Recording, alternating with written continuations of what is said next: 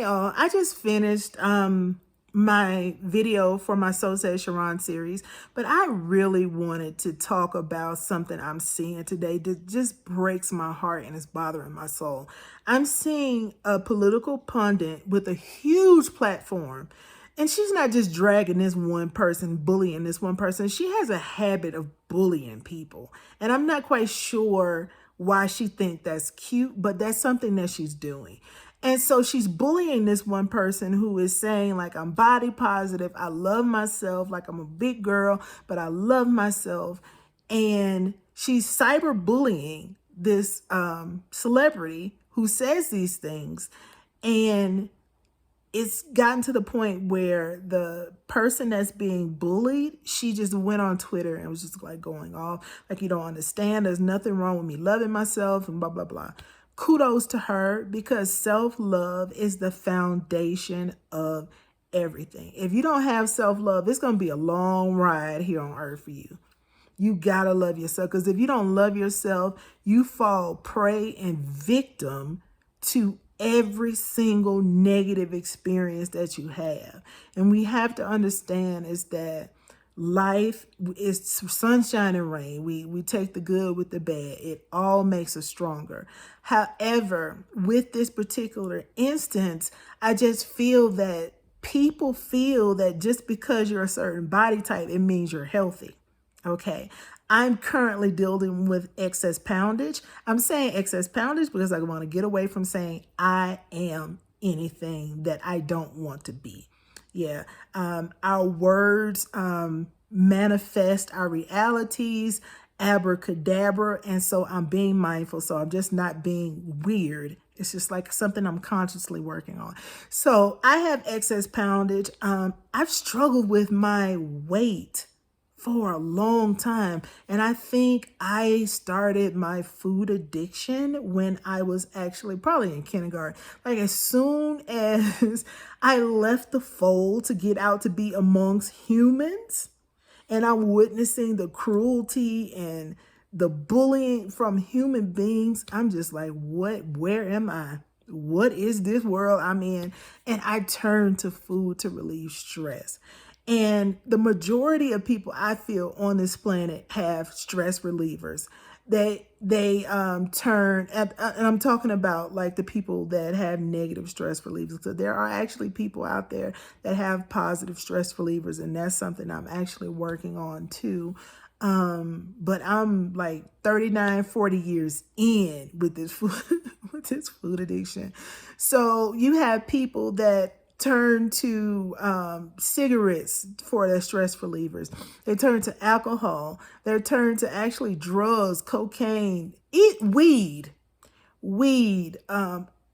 sex addictions. Like, they turn to all of these things to relieve stress. And for the most part, you never know it. You never know it, or there's no outward change to their bodies to let us know that they entice these negative stress relievers, right?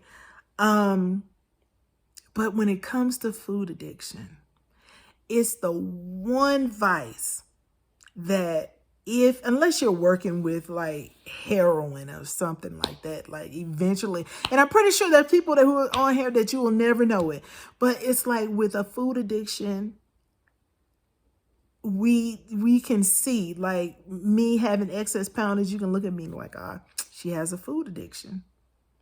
And not saying that most people do, but you can. And that is almost like it's not fair, but it is what it is. And I feel that having a food addiction, dealing with that is, I think that's harder than all the other addictions combined. And here's why I say that. It's because someone that is a recovering crack addict, they don't have to go into a crack shop every single day and shop for good crack and then be surrounded by bad crack as well, and fill their carts full of crack, take the crack home, and they finish their journey. They don't have to deal with that. Can you imagine Dealing with addiction, but with food addicts, what we have to endure.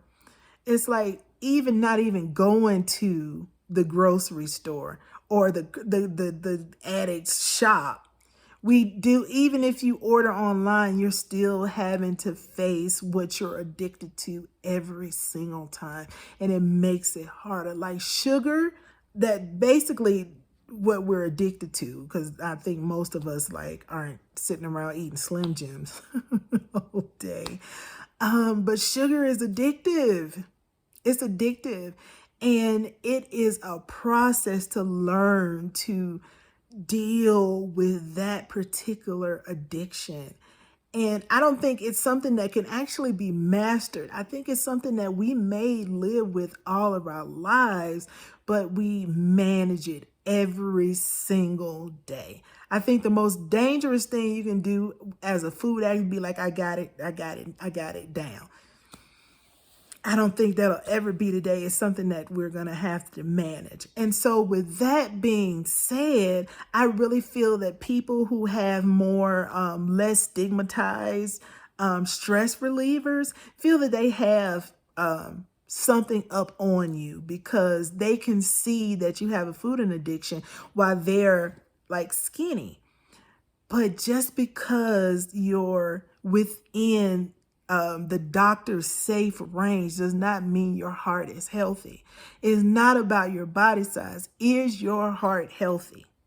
Okay. And I give it to you. I'm not naive. 9 times out of 10, being my size or this other particular person's size, chances are your heart's not healthy. Thank goodness mine's healthy, but that's for other reasons, because I was never into fatty foods like that, or like meats and stuff. It just, ugh. But there's saturated fats and everything. Like saturated fats aren't like, yeah, I want to be inside a fat body and not a skinny body. No, saturated fat is going to go into your arteries and clog them up if you're not being mindful and eating healthy foods. And that's just it. And so this holier than thou attitude that people have with people that have food addictions, it's really more telling of who you are as a person than the person that you're attempting to drag. It's really telling of you, because anybody, this light is getting in my eyes. Anybody that has healthy stress relievers, they're not going to bully. They're not focused on that. And you show your card when you're actually bullying people, because you're basically saying to us, well, the people that can actually see it, I'm hiding something.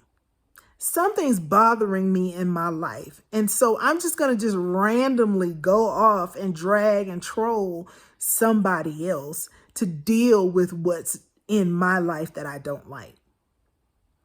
You show your hand.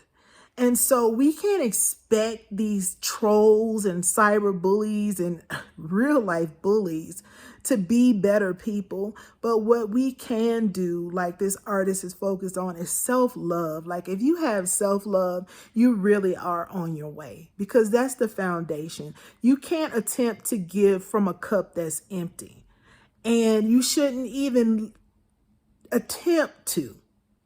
And with parents, like they always say, I put my children first. You should put yourself first, right? Because if you're not good, chances are your children aren't going to be good as well. So just make sure you have a healthy support system. You're surrounded by people that are loving, but also tell you the truth, because nobody wants to be around a bunch of yes men. Like if you've gained like 20 pounds in like the last 15 days, you want to have that friend that's like, what's going on with you? I'm seeing you getting a little bit heavier. Like that's okay. But then continuing to drag you out, that's not good. So surround yourself with loving people. And unfortunately, being here on this planet, you're going to have to deal with the good and the bad, the yin and the yang. Like it's just what it is.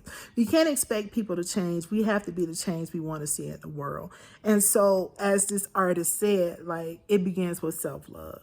So even though the political pundit is just getting under my skin so much, I realize what it is. And I think because I can see myself in the celebrity, it bothers me so much. So this is not only a lesson for those who, can relate. It's also a lesson for me. It's that don't worry about what other people got to say. And just because you're skinny does not mean your heart healthy.